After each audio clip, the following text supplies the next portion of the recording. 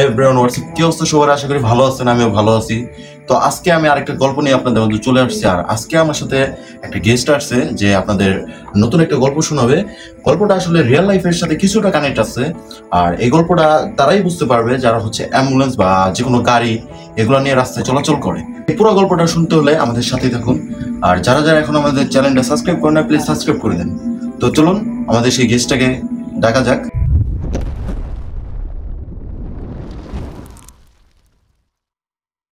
তো আমাদের মাঝে আছে রাকিব, আমার বন্ধু। তো বন্ধু বলতে এখন ভাই বলে পরিচয় করতে হবে, কারণ যেহেতু সে গল্প শোনাতে আসছে আপনাদের আমাদের। তো রাকিব, কি অবস্থা? আলহামদুলিল্লাহ, তুমি কেমন আছো? এই তো আলহামদুলিল্লাহ। তো আজকে আমাদের কোন কোয়ালিটির বা কেমন গল্প শোনাবেন আপনি? আজকে আমার জীবনে ঘটে যাওয়া একটি গল্প আমি বলবো, যেটা আজ থেকে 10 বছর আগে। আজ থেকে 10 বছর আগে একটা গল্প। তখন আমার এক ফ্রেন্ডের বাবা মারা গেছে। মারা যাওয়ার পরে তার সাথে যাওয়ার জন্য বলতেছে সবাই, চলো যাই।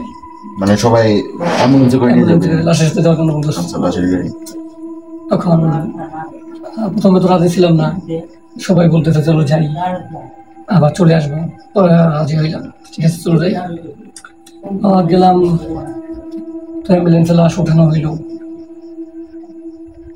আমরা দুই বন্ধু, ড্রাইভার, তো রান্না করলাম। মাত্র 10টায় রান্না করছি। তো ঢাকা থেকে বের হইতে হইতে প্রায় আমাদের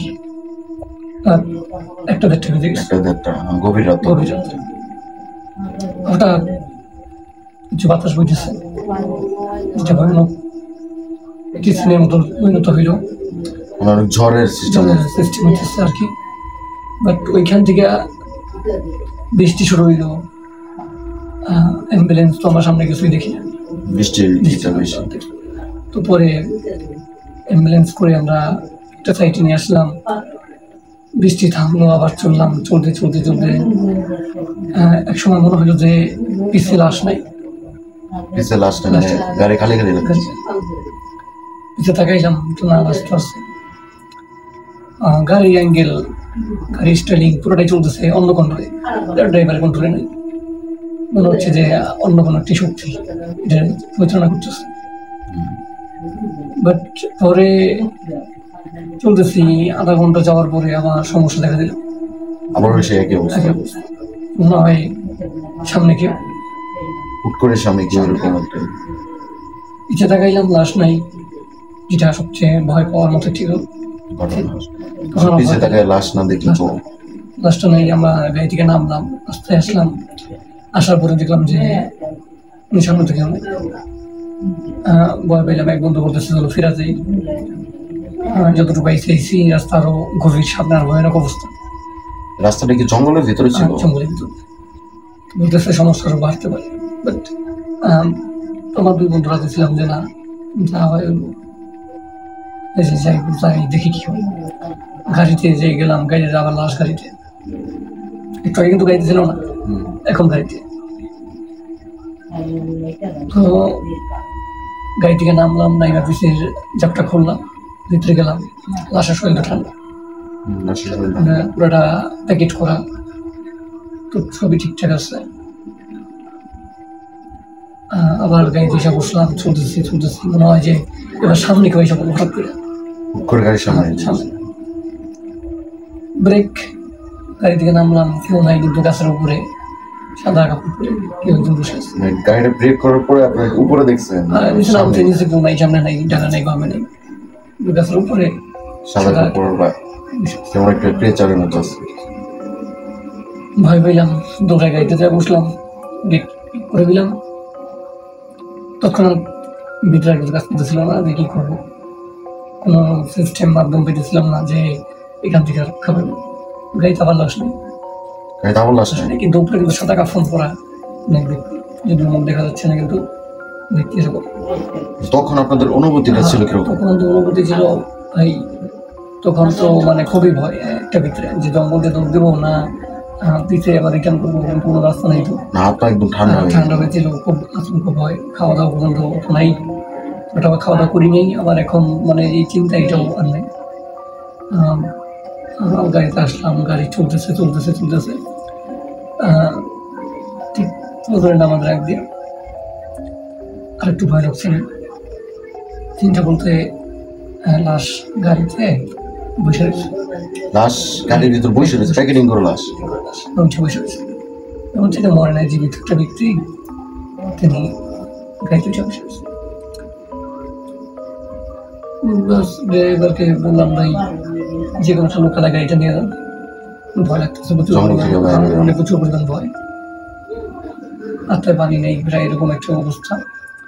তারপরে ড্রাইভার সাহেব চেষ্টা করছে কিন্তু পারে নাই, ওইটার মধ্যে লাফালাফি করতেছে, ওই লাস্টে লাফালাফি করতেছে, লাফালাফি করতেছে, প্রচুর পরিমাণ লাফাইতেছে, লাফালাফি করতেছে, আরো ভয় বেরিয়ে গেছে, গ্লাসটা ভেঙে ফেলছে। গ্লাস তিনি গ্লাস ভাঙবে মানে কি, এই জাতীয় ঘটনা যখন ঘটতেছিল প্রায় আমাদের তার এখানে একটা বন্ধ প্রজ্ঞান হয়ে গেছে। ড্রাইভার আমি ছিলাম ওখানে, তো আমার তো প্রচুর পরিমাণ কান্না আসতেছে, বিষয়টা একটু ভয়ানক।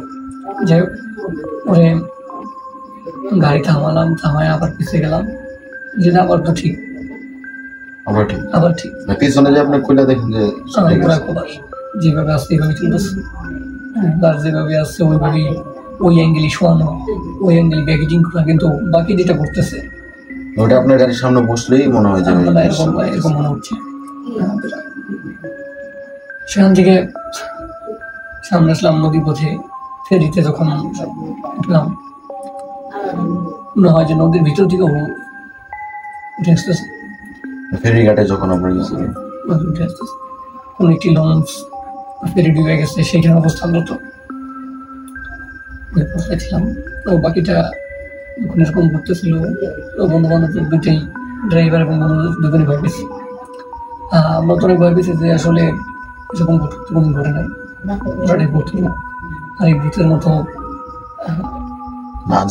এরকম আজব কাহিনী তো জীবনে কোনো বাস্তবে দেখিনি, এটা এখন দেখতেছি। সুরা করতেছি না, মন থেকে দৌড়তেছে, মনে হচ্ছে যে ও যে কোনো লাশটা বাড়িতে নেওয়া হইল।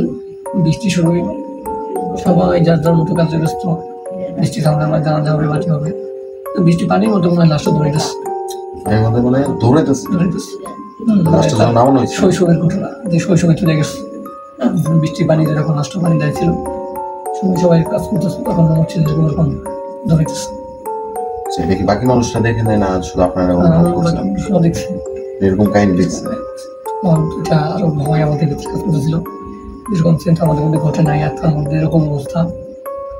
দৌড়াইতেছে মানে তার সাথে দৌড়ে ফেলা যেতেছে না, যে কোনোভাবে পারবে এমন কোনো খুবই স্পিডে মাথা ঘুরতেছে অটোমেটিক, বলের মতো মাথাটা ঘুরতেছে।